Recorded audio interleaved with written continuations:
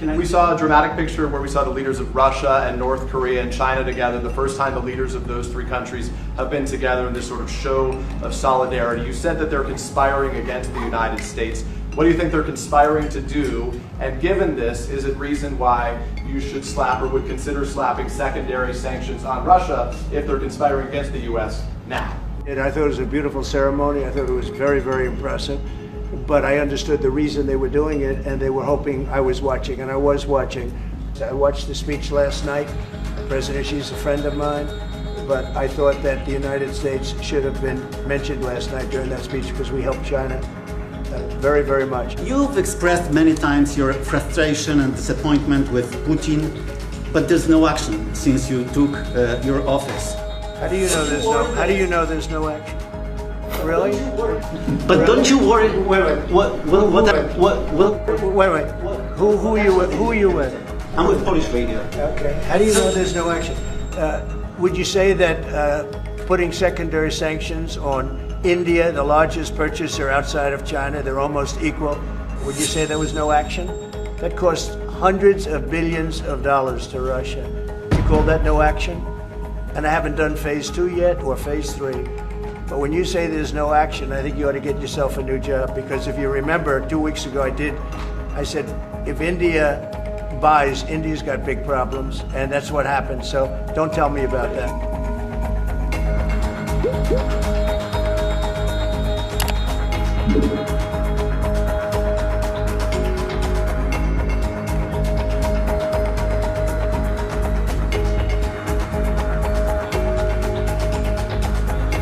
But don't you worry? What action did you? Este me lo regaló el presidente Xi Jinping de China, aquí lo cargo. Yo me comunico por satélite con este. Ni hao, ni hao. Xie.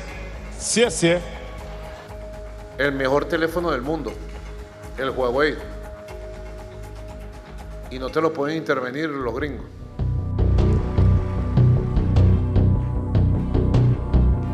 Over the last few minutes, literally shot out a boat, a drug-carrying boat, a lot of drugs in that boat, and you'll get to see that after this meeting is over.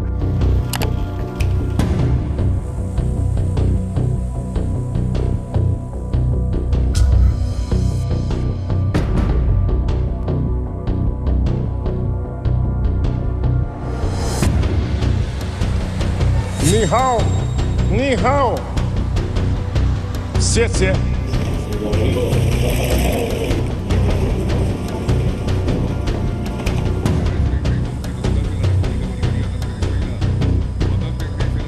Hoy el imperialismo lanza una embestida nueva.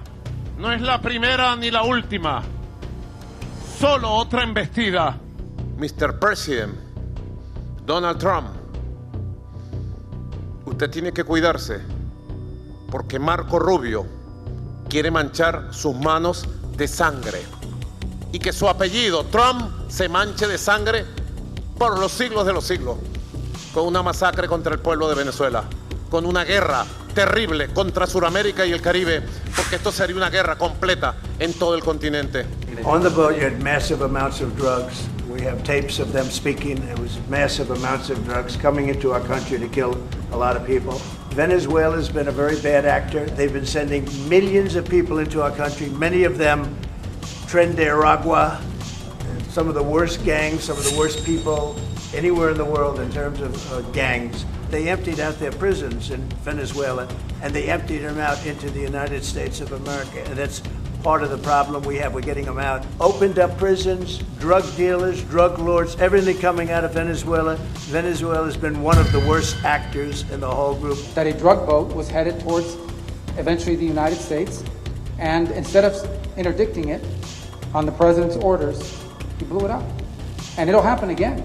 When you flood American streets with drugs, you are terrorizing America, and that's going to end. And he's been clear that the days of acting with impunity and having an engine shot down or a couple drugs grabbed off a boat, those days are over. Now we are going to wage combat against drug cartels that are flooding American streets and killing Americans. I rated 10. Can't always say that, even.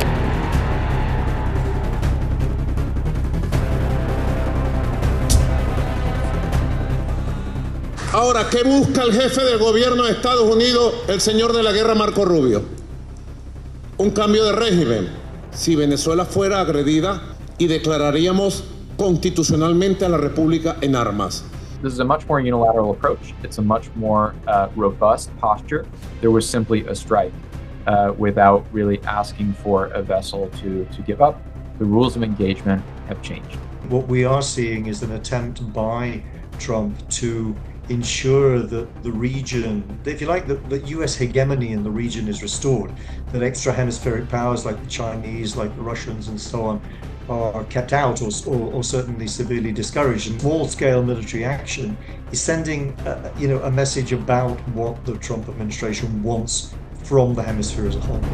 Baltimore, what they need is housing. A while ago, but now it's going to be, I think.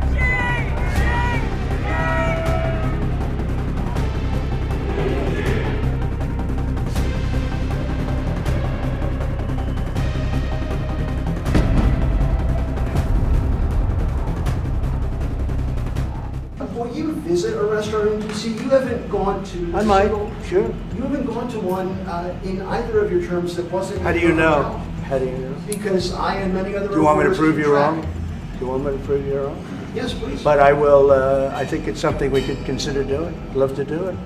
I love the White House food, but after a while, I can see going to a nice restaurant. It's safe. Governor Moore wanted me to go and walk through Baltimore with him, and I said, I think I'm a brave guy, but there's no reason to be stupid. They have crime that's at levels that nobody's ever seen before in Baltimore. We'd go into Baltimore, straighten it out very quickly, too. We have a great thing going. I could do that with Chicago.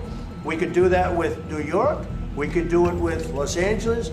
So we're making a determination now. Do we go to Chicago or do we go to a place like New Orleans?